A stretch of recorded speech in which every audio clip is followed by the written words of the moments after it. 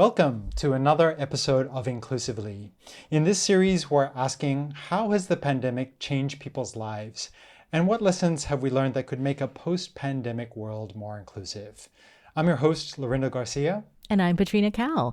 In today's episode, we'll be putting the spotlights on relationships, how we've, I suppose, survived or not our relationships with our families and loved ones during this lockdown. We'll be looking at how people have searched for love in a time when we've had to be socially distant from each other in order to stay healthy, and also examine how relationships still may be facing challenges even after the pandemic is over. And as course with every episode, we have a panel of special guests, and today they'll be here to help us explore the theme from various different perspectives. We'll be hearing from Miss Shuyi Ching, who got engaged last year.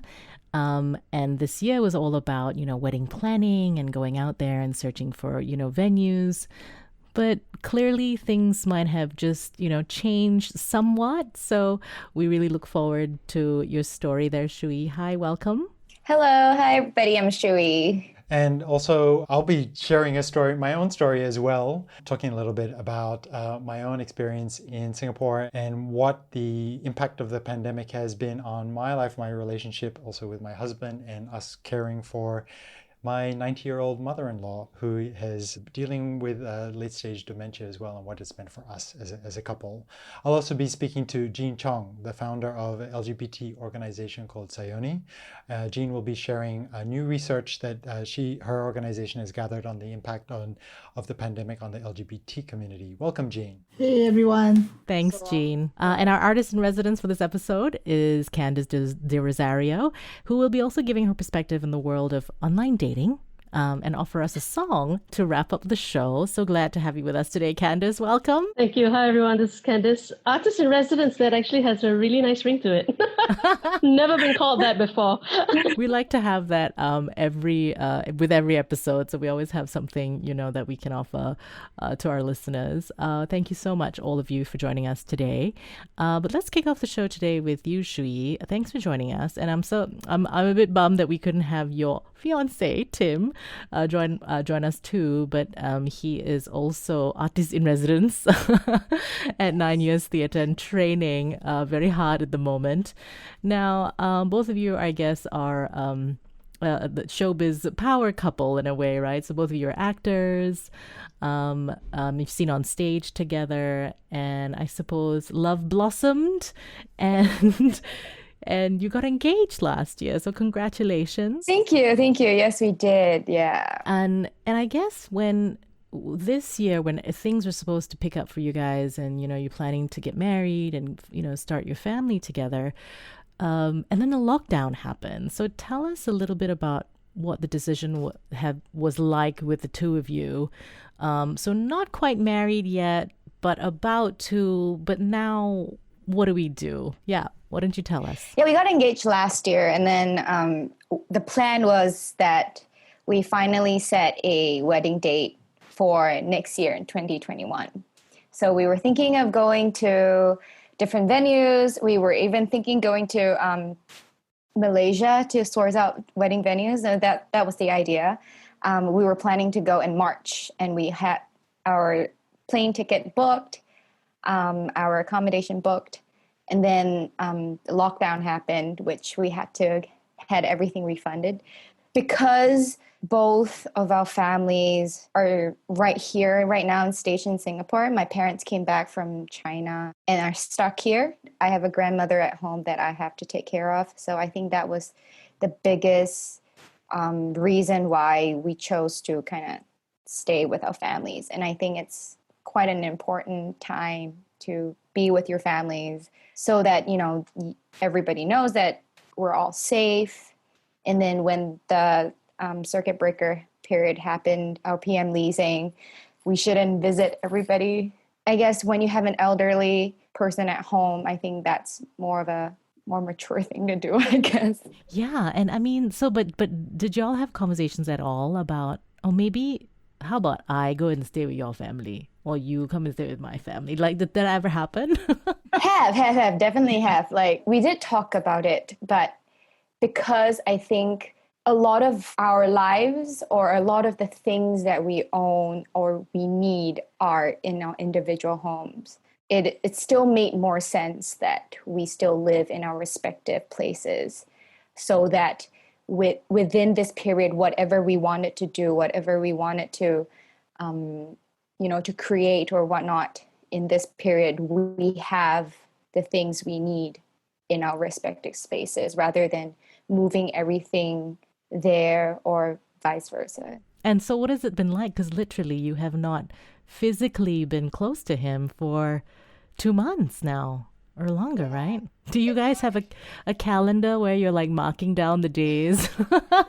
No. It's definitely hard. I think, you know how different couples have different love languages and different way of communicating and stuff like that. For us, I think being there physically is a very big love language for us, and being like physical, I guess, like hugging each other and stuff like that. So I think that's the hardest thing in our relationship, that that this period hasn't given us that.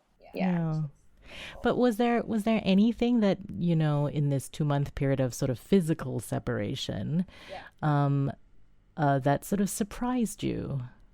Like, how did your relationship either like sort of like what was sort of interesting or surprising about this period for you guys? The surprising part is that, even we're not physically there or here for each other,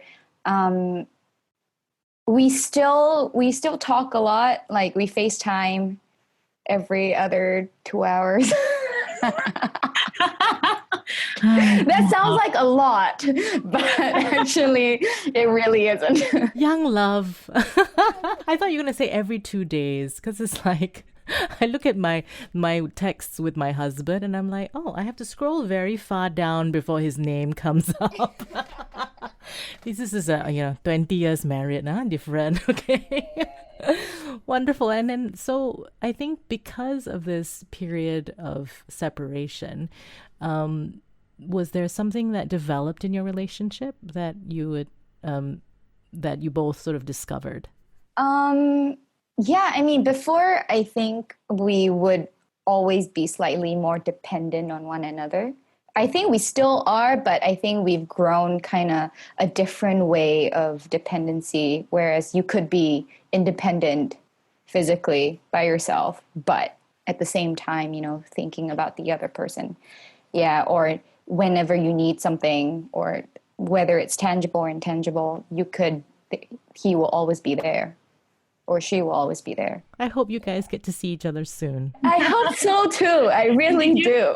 Did you dream this moment? Like, do you like sort of think about what's the first thing you'll do when you see him again? Oh, well, the first thing that Tim wants to do is to go and eat.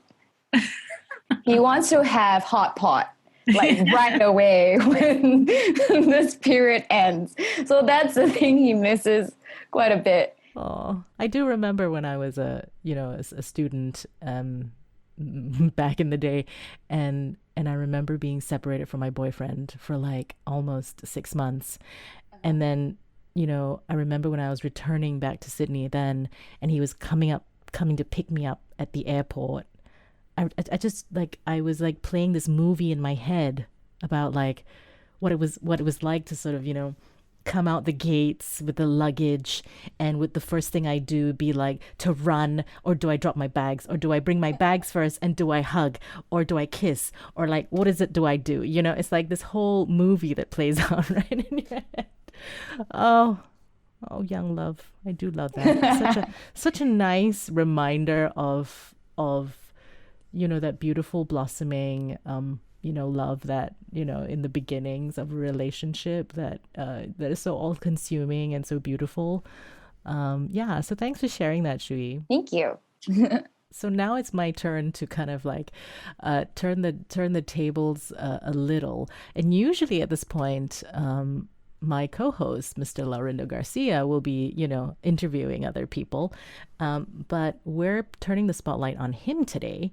And, I think this is an important story that I've been wanting and meaning to sort of get out there at some point. And I remember way back when, Laurindo, I don't know if you remember when you asked me to host this podcast with you.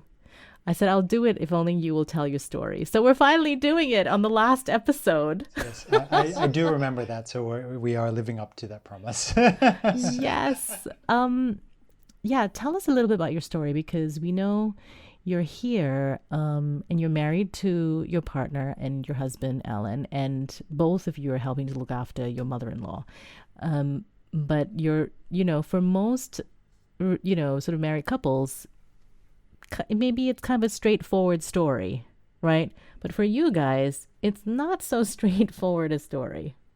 So tell us what it is that you've been sort of dealing with. When you were talking about airports, and also Shuyi was talking about having to feel that FaceTiming and messaging is enough for tending the relationships, I was smiling because I've been with my husband together for 16 years, and the majority of the time we have been apart, long distance, because I'm a foreigner and I don't live permanently in Singapore, and we'll get to the reasons why that is in a minute. But this time, I've been in Singapore since the middle of March. I came back quickly from the United States after doing a project in the US, and had to leave ahead of schedule because of the unfolding pandemic in the United States, and had to get out of the US, and was intending only to have a pit stop here in Singapore on the way back to Australia, which is where I'm from.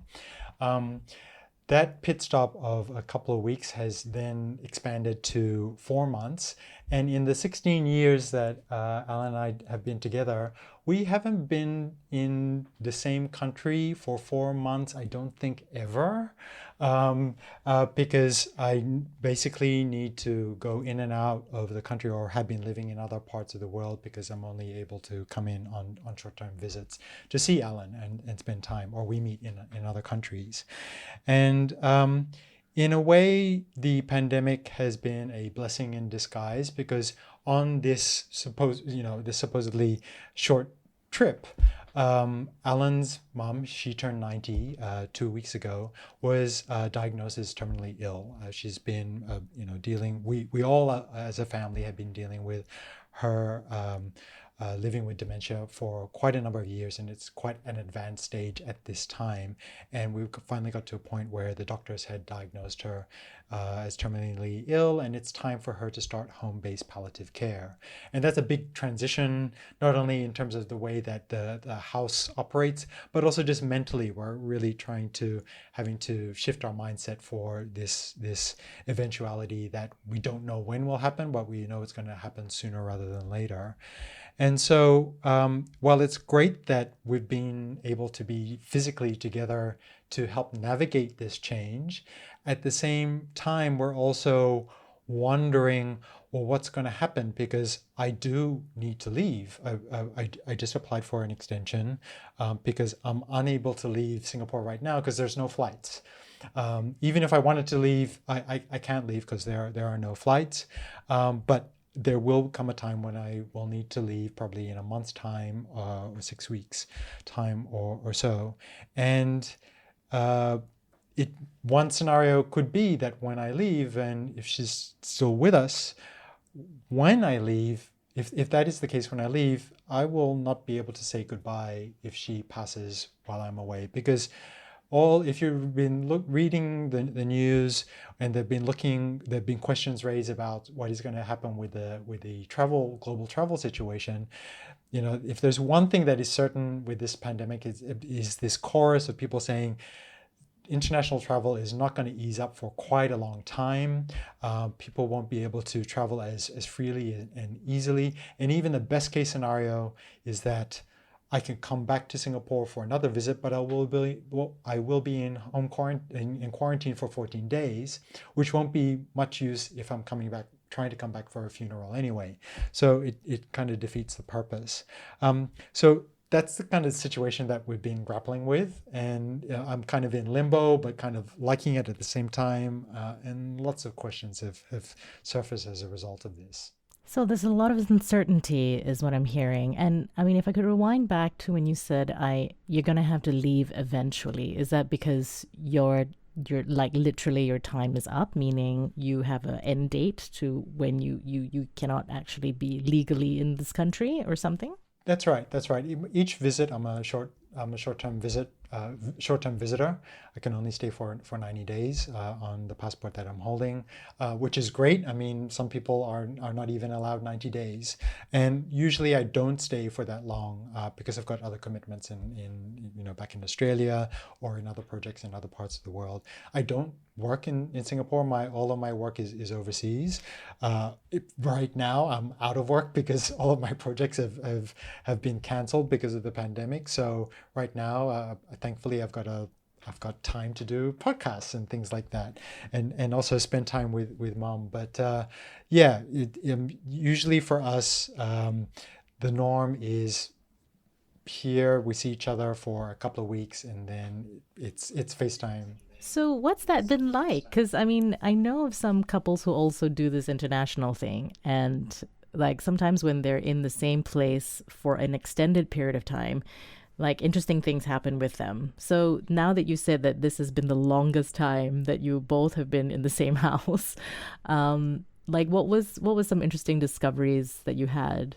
Of any time to try to be in the same location and also be at home 24 hours a day, 7 days a week because of the lockdown, the circuit breaker has really been an eye opener. And we see this as a treat. We've been enjoying it. We've been, really appreciating just having each other at arm's length when we feel like having a conversation or just being there for each other as all of these uncertainties have unfolded. We could not have arrived at this level of appreciation had it not been for all of that separation being the norm previously.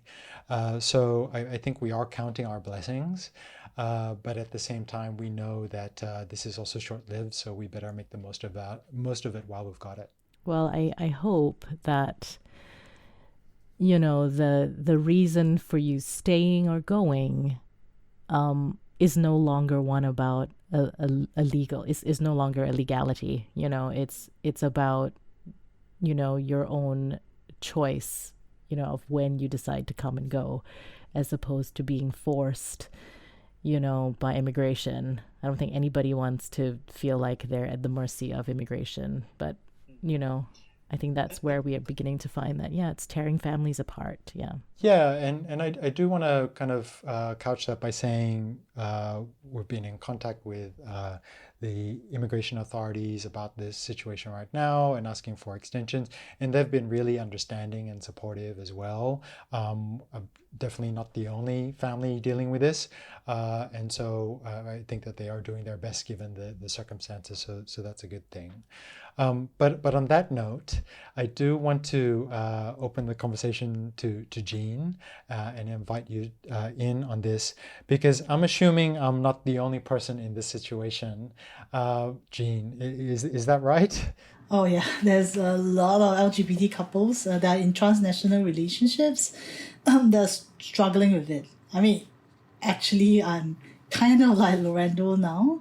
I'm dating someone from LA, and she's a leader in the Asian American LGBT community. So other than dealing with the distance, but also she's on the streets protesting as well. So you're like, should I send you masks? I'm one of those aunties queuing at the post office, sending out masks and equipments to her. But it's essentially, I mean, looking at Laurindo's struggles for so long, I'm well aware that things is going to take a long time to change. So the argument is that are we going to wait for the government to change their mind? So actually the plan is to leave eventually because that's the only way out. Because I think the issue about transnational partners coming to Singapore is not just an LGBT problem, because even straight couples have so much challenges. So until the government sees that our relationship is just like anybody else, I'm not the only one who's going to leave. Laurindo is not the one who's going to leave. So some of us have already left. So that's a challenge. But I think Laurindo is also talking about the survey that we did, right? Yeah. So Jean, just to help our audience understand, and also before we get to that, thank you for letting us know about your relationship and your partner in the United States. I hope she's okay despite the protests. How is she? I think she's okay. There's protests every day. So Right. I mean, I'm just curious, in your kind of discussions about the next steps as well. I mean, you've also got a situation that's, very uncertain in the United States. Have you discussed where your destination together would be? Because there's also question marks about America right now, right? well, I mean, America's not a perfect place, but at least we can be together in the same place permanently. I mean, for her to come here to get a job, everything is precarious. Like what Laurindo is doing, he's going in and out of immigration. I know that it'll be such a struggle. Essentially, moving to America is just an easier option because they have gay marriage, they have legal protection. So yeah, I don't think there's any choice in it, to be honest. Yeah. Okay, thank you for that. So let's find out a little bit more about what you've learned with your survey. But before we get to that, can you help our listeners learn a little bit about the organization? Basically, Sayoni is like, we started in 2006. It's mostly queer women led, but a lot of our advocacy and research is centered around if there's 377A, but it is impacting everybody else. Like, I mean, the theory is kind of like, if you discriminate against a minority like gay men, everybody else doesn't escape scot-free. So that's basically what we do, research and advocacy. Yeah. Okay, great. And what have you learned in the survey that you've done around the pandemic? I mean, I think just a couple of weeks ago, we decided to run the survey. We're kind of looking at what everybody's doing. So we said, hey, what's happening to the entire LGBT community? So we did a quick survey trying to find out, and some of the results are like quite shocking. About 64% of the respondents, there are about 500 respondents, said that they're struggling with mental health. 47.3 talks about struggle with social isolation and being unable to access support systems. And then 1 in 5 talks about domestic violence. And then another 20% also talk about like they are not able to access medical services, like people who are suffering from HIV or they need counseling. So those seems to be not be able for them. So I mean, then the question is, why is it so? Well, how is it different from the other communities? So essentially, 1 in 5 for domestic violence is very high. So what's the difference between LGBT people facing domestic violence and maybe somebody else? So if a woman faces domestic violence, leaving the house is entering a safe space, right? Because you're leaving your perpetrator. But for LGBT people, the public space is a hostile space too. So yeah, actually, once you leave the house into a public space, you're leaving another hostile space. And very naturally, LGBT people have chosen families, like friends and support networks. They're very small, so you don't have the existing family structure and support that they have. So with COVID means they're stuck at home. And then when you're stuck at home in a small HDB flat, you have no privacy. It's very hard to call someone, or I mean, you can text, but that's not quite enough, as we are all talking about. So I mean that is the difference, and it escalates. That's why the mental health challenges are so high. Many of them talk about thoughts of suicide, depression, and it's quite concerning. So at least for us, yeah.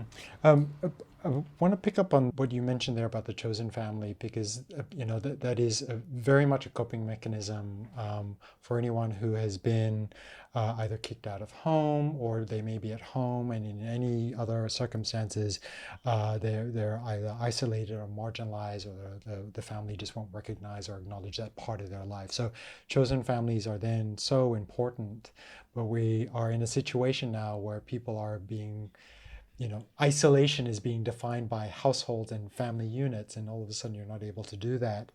How are people coping? I think there's so much of it. Like, we recently did a webinar. One of our speakers, we could see the domestic violence happening right in front of us.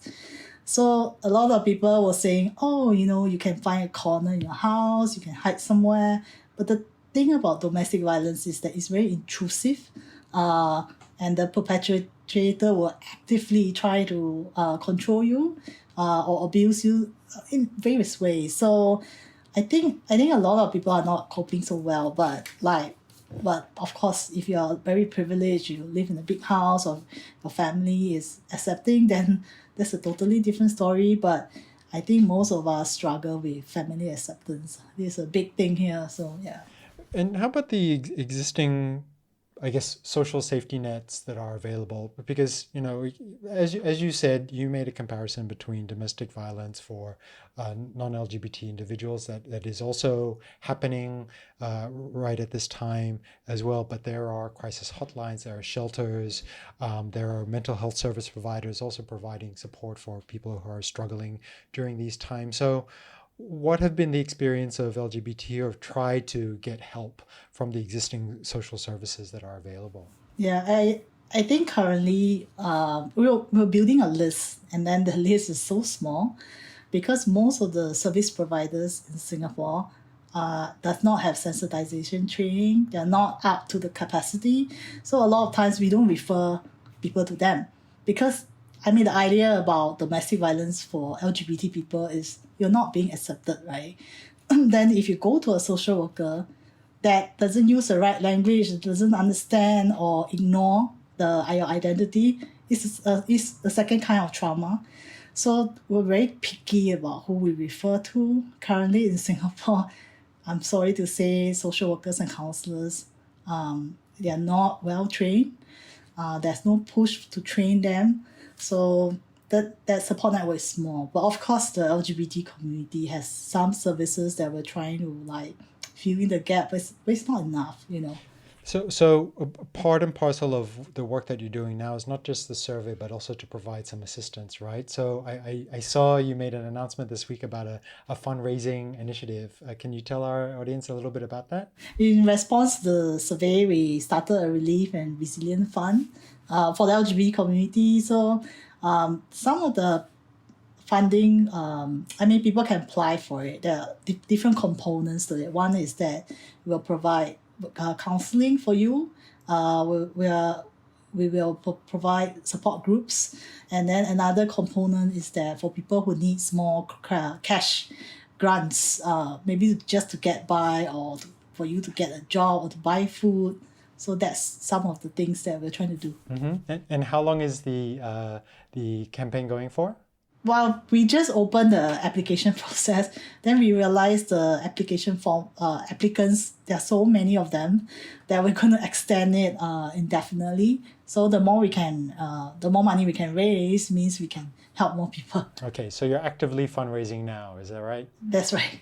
Okay, cool. All right. So if you're listening, if you want to help the community and provide some assistance during these times of crisis, then check out the show page and find out a little bit more about Sayoni's fundraising initiative for COVID-19. Yeah, thank you for that, Jean. I'm so glad to hear that there's going to be this platform for you to help them. Now I'd like to invite into the show an old friend of mine, Candice. Welcome to the show. She's also an artist in residence. Don't say old. Please don't say old. Candice and I did a show together many years ago. Good God. I don't even, was it 7, 8 years ago, maybe? It was 2012. 2012. Good Lord. Yeah, it's 8 years ago. Sometimes we would be in the dressing rooms talking about like, live dating and all that. And I know you're single at the moment. Is that correct? Mm-hmm. I would like to ask you, if you'd love to share, what it's been like for you to be, I mean, we were just talking all about relationships and being with your loved ones. Then I was thinking about people who were single or living alone, right? And, normally if if you're single alone, maybe you'd hang out with friends or you would date, go out for dates. But now during the lockdown, well, you're not supposed to go anywhere at all and you've got nobody in the house. Like, what's that been like for you? So I have a confession to make. I am an introvert. So honestly, it's funny because as soon as the Prime Minister made the announcement, I thought, oh, I'm going to have to do this and I'm going to have to do that. And then I realized, I don't really need to make any changes to my lifestyle whatsoever. The only difference is that I can't, go for supper with my friends who live nearby or anything like that. As far as how difficult it's been, I don't really feel a struggle in that sense. I feel more of a struggle work-wise, not so much socially. I am renting a space. I don't live alone. I am renting a space. So I have flatmates. So I'm not as isolated as some people might be. Yeah, it just seemed for a while like everything was happening at once. My helper who helps me with my dad, she lives with my dad and looks after him. Her work permit was expiring, and so having to go through that kind of process and everything remotely. She has to take like some sort of medical checkups and all that. None of the doctors were doing it, and they were telling us, so you can't do that until after the circuit breaker is over. There's all that stress and panic. And with my dad as well, there's been some stuff going on. I'm not going to go into details, but yeah, he's also getting older. He's also facing some health issues. A couple of times I actually had to like go to the house and deal with emergencies. And literally like a week or 2 weeks later, we went into lockdown. And so there's been that kind of worry there about what's happening on that side. And I can't even go to see him. I guess now I could. Now I can. But at the time, it was just, oh my God, what is happening? Yeah. No, absolutely. And I think there's so many facets to, our lives that sort of suddenly gets amplified, right? In a period like that when suddenly your movements are so restricted. So I suppose dating wasn't up there on your list. I have to confess, when you asked me to do this show, I was like, do I have anything to talk about or not? Because dating did not even come into the picture right now, honestly. And I mean, yeah, I'm a single person. I've been single for a long time, but I guess I've gotten used to it. I still, it is still on my list of priorities. I still would like to find a partner at some point that I can spend my life with. So I haven't completely forgotten about it. If I can't even meet my family and friends, there's no way I'm going to go out and meet someone completely new. A lot of my dates have come from the internet, from dating apps. And I always, I have had experiences where you talk to a person and you just talk and talk and talk and talk, and you think you get along, and then you meet and there's nothing there. There's the worst thing that can happen on a date is you have nothing to talk about. So that's so interesting because somehow people appear a lot more attractive online. Yeah, there's always a certain level of fantasy online, Because I've had so many experiences like that, I made a rule a couple of years ago where even if I meet someone online and they seem nice, I always try to meet them in person ASAP. I'm sorry, I'm not getting any younger. I'm not a spring chicken.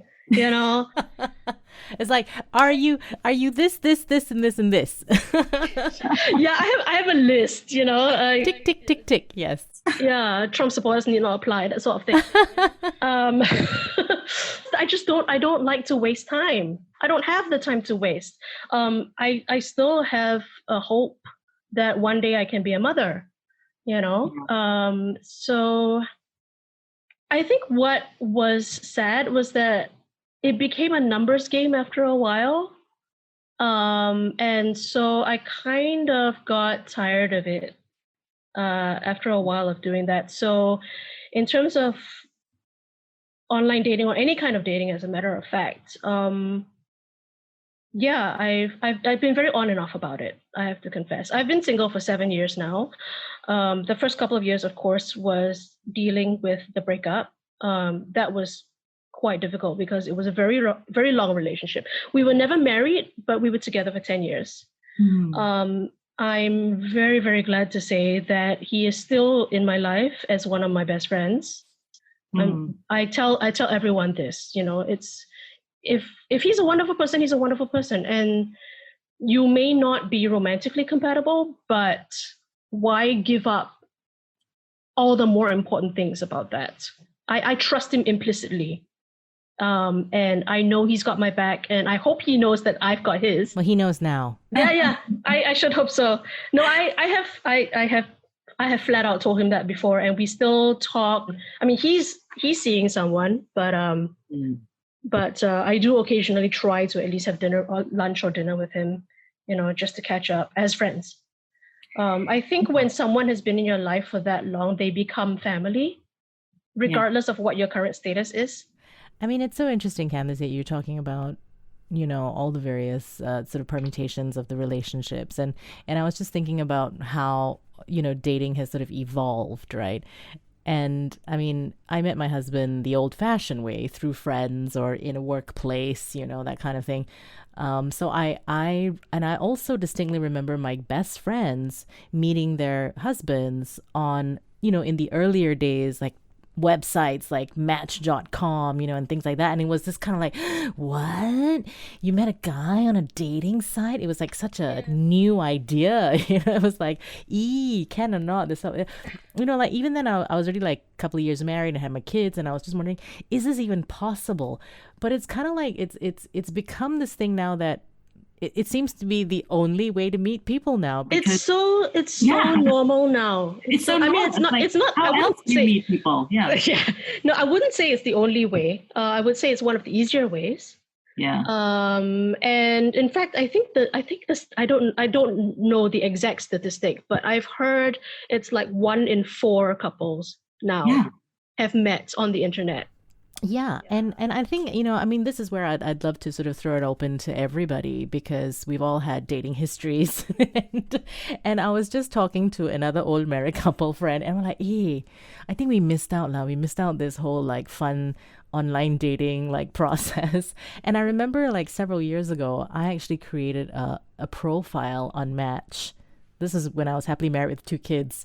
And I just, for the sake of it, experimentation, just wanted to know what it's like to kind of scroll through and see what's out there, and like who would like me and stuff. It was really random. I was just being curious. But if your listeners could see me now, I'm rolling my eyes. I'm sure.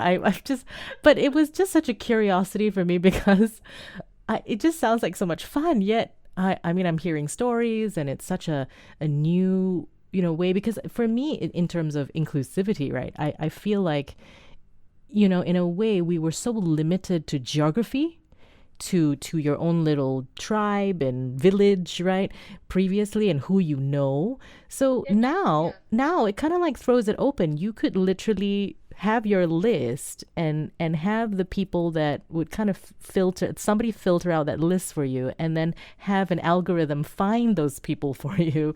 I just have to say, though, internet dating has really been, I mean, speaking of inclusivity, it's really been a boon for the LGBT community, for sure. Well, I mean, 2 of the other people on this panel probably can speak to that better than I can. But as far as I understand, it's really been so much easier for gay people to meet other gay people with dating apps and so on. Jean, do you have any stories for that? I think traditionally the internet has been a refuge for us. So when it started in the 90s, right? The gay community is the first group of people that utilize the internet because it's anonymous. It protects us. So well, that's why a lot of LGBT people are quite tech savvy because, of the origin of it. Yeah. So, Have you tried online dating before, Shuyi? Not quite. I've never really enjoyed the online interactions much. I think I'm an introvert online. I don't know.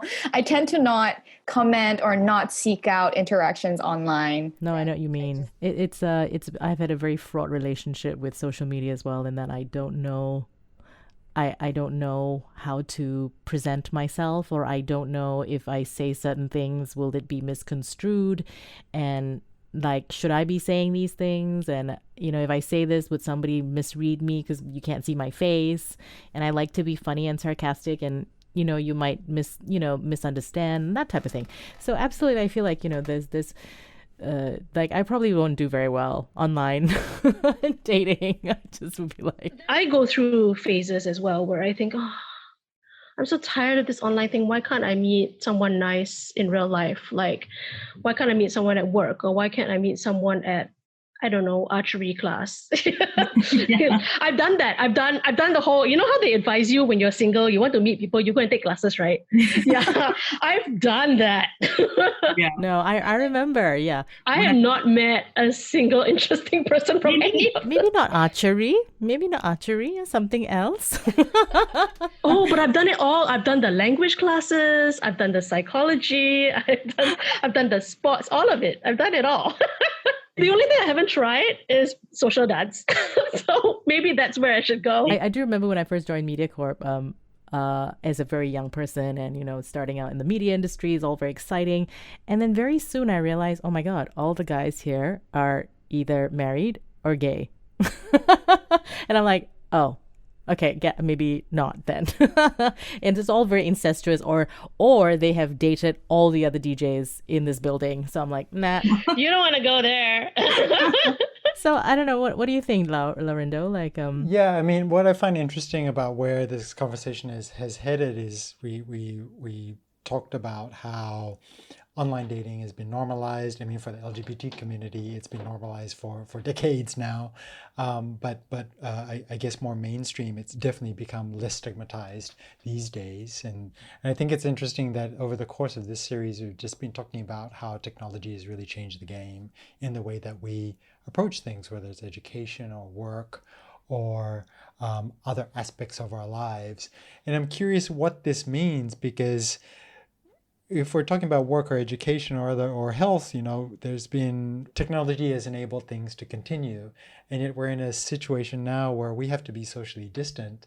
We're relying on technology, but it hasn't necessarily been a benefit for relationships, or has it? I mean, I'm just curious. This is an open question for the panel. I mean, there are definitely limitations for what technology can do to help us tend to our relationships, but what have been some of the surprising things that have come out of the way that we see our relationships in a time when we have to be distant from the people that we love? Well, I mean, I've noticed, okay, this is not about relationships in a love sense, but I've just observed with my son. I mean, he's 13 and he hasn't seen his friends like in 3 months. And since he started this sort of smaller school, his classmates are other human beings around his age that he has seen. And then after school, he would skateboard. So he would see other boys and girls around that age. But for the last 3 months, he's just seen the three of us, mom, dad, and sis. And that's it. Like, he has not seen other there's no other social life. And I'm observing him and wondering, oh, I think this is not quite natural. Like, maybe you should play with other kids your age and that type of thing. Because definitely with kids who are much younger, I think play dates and, being able to interact with the kid, friends and all of that was a big deal in terms of their mental health and social, skills. But then I looked at him and he seems to be thriving. Like, he doesn't have any hankering, or he doesn't want. Like, I'm like, hey, do you want to go and see a friend? Shall I organize a PS4 play date with Brandon? And he's like, no need. No. I was like, do you need to talk to your friends? He's like, no.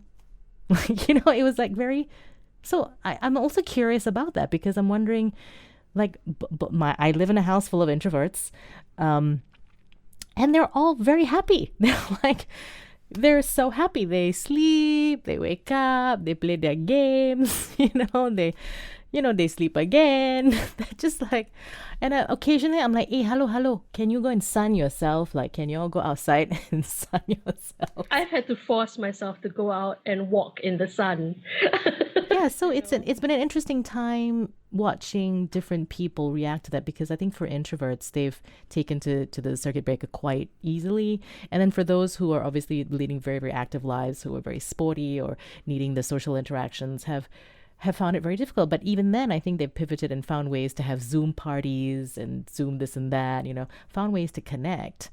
So I don't know what's the answer to that. I don't know what is the effect of it also. I mean, I guess depending on how long more we have to go, will we see like maybe patterns setting in which may or may not be helpful? I don't know. I think it might in some sense go back to one of Shuyi's original points about your love languages. I mean, everyone has some combination of, I think there are 5, but you always have 1 or 2 primary ones. And I think if your primary love language is not a physical love language, you probably can deal with this sort of thing better. Yeah. Because you feel loved from other things. You feel loved from somebody helping you out, for example. I think that's part of acts of service.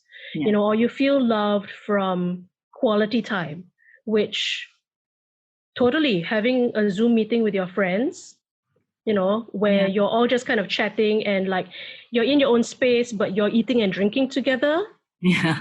You can absolutely feel loved from that as well, But I think it's the people who have a very physical love language that are having the hardest time. Yeah. I believe, yeah. Thank you for that. And I think we've heard a lot about, chosen families, about love languages, about how the pandemic has really, forced us to prioritize our relationships and also created some problems in how we're tending to them as well, but also opened some other opportunities. And I think we want to kind of change gears in the show and kind of think about some solutions and some ways that we would want a post-pandemic world to look like. And so in every episode, we ask our guests to imagine that they've been bestowed with a magical wand. And what this wand helps you do is change the way that societies work. And so imagine that you've been given this wand and you are going to change the way that the world works after the pandemic. What is one thing that you would do to make the world more inclusive after the pandemic? And let's start with you, Shu. Wow, there'll be so many things I want to do with this magic wand. I actually had a conversation with my fiance and a few friends about, how it is kind of scary to kind of see what's going to happen after, COVID and everything that's happening right now.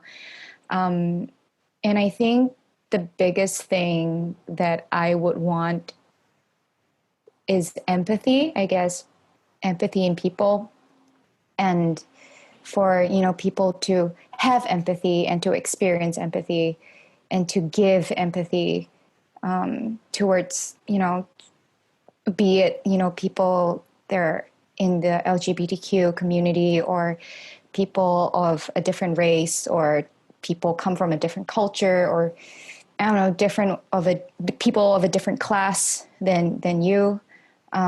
I think, with just a bit of empathy, we can get so much further. We can do so many things. We can understand so many things. And hence, we don't need all these, violence or things that are happening to many, many groups of people right now. And I think, watching all this happening right now, it does kind of affect me personally. Like, I see it every day on my social media feeds. And yeah, I just wish that, there's something that we could do. And I think empathy, it's what I would want everybody to kind of have. I love how you raise that. I mean, what's interesting about the pandemic is that on one hand, it's kind of forced everyone to really think beyond just themselves, right, in the way that we've handled social distancing. But at the same time, we're also have got a situation where a lot of people who have suffered from marginalization for generations, for hundreds of years, have are fed up with having their lives and their struggles being pushed to the sides, and they are asking the world to stand in solidarity with them and be part of a concerted push to make sure that this doesn't happen again. So I'm so glad that you brought that up. I was watching, there was a conversation by SIFA, which is the Singapore International Festival of the Arts, with Anne Bogart, and she did mention about being present, about SOTs, which is a term for actors or performers.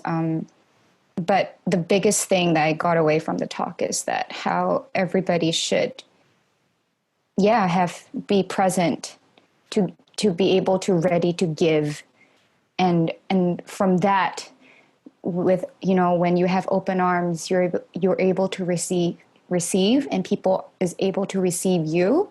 So there won't be misunderstandings. There will be dialogue, communication between two people. And just by that, you're open to so many different things. So empathy and finding a way for people to be fully present and showing up for others. Thank you so much. How about you, Jean? What would you use your magic wand for? I think the title of this show, Be Inclusive. Be inclusive by showing your allyship when you see discrimination or inequality happening. Be inclusive in policies and laws. Not what we have now, where so many different sectors of people are not included. Be inclusive in empathy, which is what she was talking about. Yeah. I think essentially a lot of things, what a lot of activists or artists are trying to do is to push this point about being inclusive, but not just talking about it, but it needs to come with action as well. I want to pick up on that because there have been, inclusion is such a buzzword, right? I mean, we as advocates, as activists, we've been talking about it for a long time, but for it to be part of a national conversation, it's definitely much more on the surface in the last couple of years. And yet, I haven't met a single person who says, I don't want to be inclusive. I mean, there are exceptions, of course, but by and large, if you speak to a person, they'll generally say, yes, I want to be inclusive, but I don't know how. And what would you say to that, Jean? I mean, it's wonderful to have a magic wand, but we still got the reality of teaching people the how. So what's your take on that? I mean, from experience, I think conversation helps. So, and also, LGBT people need to stand up and be noticed, right? So that's what Pink Dot is doing and doing really well. So that's one. But also our allies, they need to speak up for us too. I think that's so important. Over the 10 years, I've seen from just one or two allies that are really public to so many of allies that are so public. I think that's I don't think we can achieve LGBT equality if we do it alone. So we need our families and friends and also recognize that our lives are intertwined together. So if a group of people are being discriminated by the state, if we don't speak up, eventually eventually it will roll over to everybody else. So I think that's something that we need to pay attention to, and how do we support each other in a more intersectional way. I know it sounds very vague, but there are very practical things you can do. Stand up for someone who's facing racist comments. Stand up for someone who's facing homophobic comments. Then tell the state that what they're doing is not right. I don't think there's anything wrong with that. So that's a very small baby step that we can all take. Thank you. So the first step to being inclusive is allyship. Thank you so much, Jean. Yeah. And then last but not least, Candice, what would you do with your magic wand? It's pretty much been covered by both Shu and Jean already. Definitely empathy and conversation. I don't think the difficult conversations are ever going to go away, but I think we need a better way to have them. We need to teach people that differences are always going to be there, but people need to learn how to have those conversations without, I guess, without coming to blows. Be it verbally or physically even. People need, I mean, those conversations need to happen, but people need to know how to have them civilly. Thank you for that. I was reading, I was listening to a podcast actually by Brene Brown, and she was talking to, I think, a Black activist called Austin Channing Brown. And of course, there's a lot of conversation now going on with the Black community about being anti-racist, right? This whole idea of what is it to be anti-racist. And I like that she said being anti-racist just is, teaching humans how to be better humans to other humans, And I mean, I think that just sort of very beautifully encapsulates everything that we've all said here today, that I think the work never stops. And then I think in any sort of like a circle or field that we're looking at, it really does sort of fall on the shoulders of the people who are in power, or who have access to power and have, systems of change that we can figure out, because it all kind of comes back to the systems, right? And the structures that are in place. And so much of it is being sort of so entrenched, and so many people sort of like, livelihoods and interests, special interests, are stuck in those systems. And it would take every one of us, I think, to really sort of shake the foundations to grow something new. And I think it's really inspiring watching the Black Lives Matter movement, and how, in a week of sort of massive ground up action, that they're able to have, a whole state relook their police department, something that has been going on for so long. So I think, I mean, I think we think about it in Singapore, it's like, oh, what is the relevance? We're so far away. But I think it does help us to see that there is hope, that there is a way of us sort of coming together and with our collective voices, raising it up and raise the voices of the people who can't be heard as much, So I thank you all so much for being here and for sharing your thoughts with us. Ching Shuyi, Jean Chong, Candice De Rozario, and of course you as well, Laurindo Garcia, for so bravely stepping forward to share your story. Before we go to Candice, who will be singing us a ballad from her band, I don't know if you know this, but Candice has a metal band called Sangriento. No? If you will allow me the time, I will talk a little bit about that, actually. No, I will. We'll come back to you in a minute. Before we do that, just a little bit, just to let our audience know that if you would like to find out a little bit more about our guests and their work, make sure you check out the Inclusively website for details. Also follow us on Apple Podcasts, Spotify, or YouTube, and you'll be notified when new episodes are out. And please remember to like this podcast and submit a review. We really welcome your feedback to help us improve. Yeah, so Candice, you've picked a song from your album Blood Pact, and the title of your band is called Sangriento. Could you tell us a little bit about this song and why you chose to share this one with us? There actually needs to be some backstory to this. Okay, so the band is called Sangriento.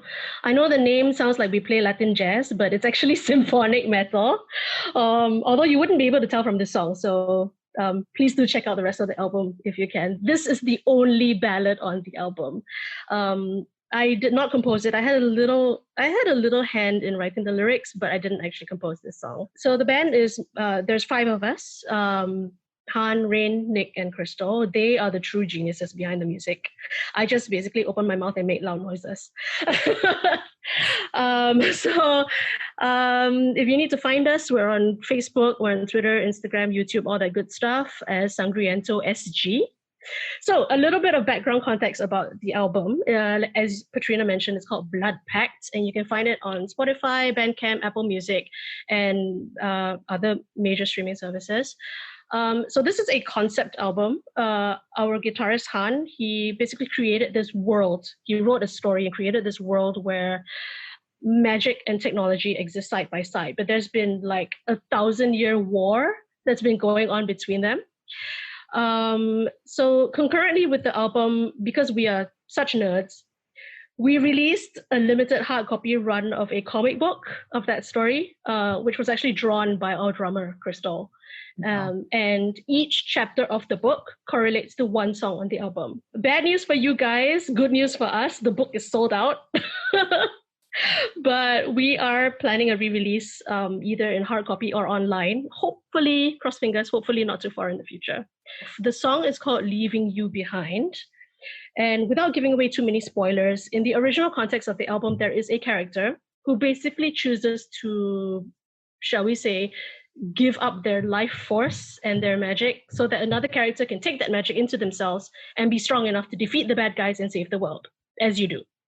So the song happens at that moment. But as with any song or play or any art form, really, it's always open to the audience's interpretation. Now, even for myself, like when I first read the original draft of the lyrics, I thought it was a breakup song. Honestly, it's real bittersweet. And I think it says, hey, look, whatever the reasons may be, I have my own journey, you have your own path to walk. And I wish you love, I wish you happiness, and please take that and literally there's a lyric that goes, light the cosmos with your love and your joy because you're amazing. But unfortunately, where I'm going, I can't take you with me. And yeah, it hurts like bleep, it hurts like places. But we both know that this is for the best for both of us. So coming back to this very difficult time for a lot of people, coming back to the pandemic, in this time of COVID, people are having to make some really difficult, absolutely heart-rending sacrifices for the greater good. I mean, thousands and thousands upon thousands of people all over the world are having to die alone. They can't even talk to their loved ones online because when you go into respiratory failure, they intubate you. So your speech is taken away. Families cannot visit their dying loved ones. And even for us who are clinically well, we've literally spent an entire podcast talking about it. But we are literally saving the world by staying home. And that means bearing, just enduring the pain of being isolated from your friends, your families, for some people, cases like Shuyi's, even their significant others for an extended time. And if you're a healthcare worker, multiply all that by 1,000. Again, it hurts, but you do it. You leave them behind because it's the right thing to do. Being a superhero is a lonely job, but you put on the mask and you distance yourself from society because that's what superheroes do. So here it is, ladies and gentlemen, the band Sangriento. And that's our show. I'm Laurindo Garcia. And I'm Petrina Kow. Thank you all so much for joining us.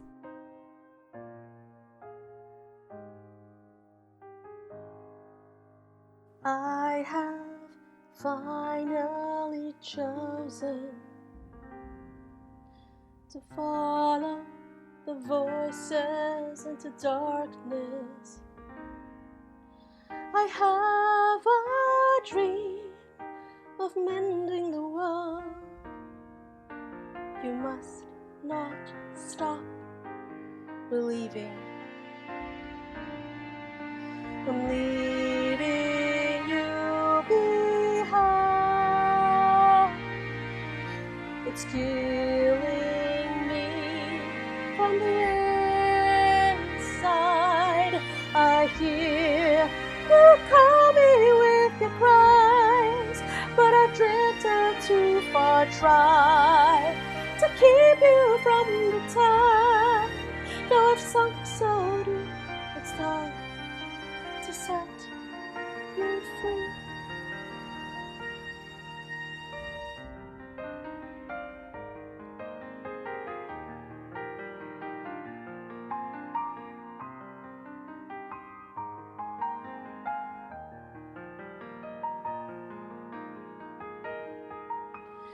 This is not what I wanted, to leave you alone in the world. I know I said I'd always be there. Perhaps someday you'll forgive me. Leaving you behind, it's killing me from the inside. I long to be here by your side, every growing moment try to see that this is right. Where your fortune lies, I'm leaving you behind. It's killing me from the inside. That once was mine is yours. You will light the cosmos, find the way to carry on.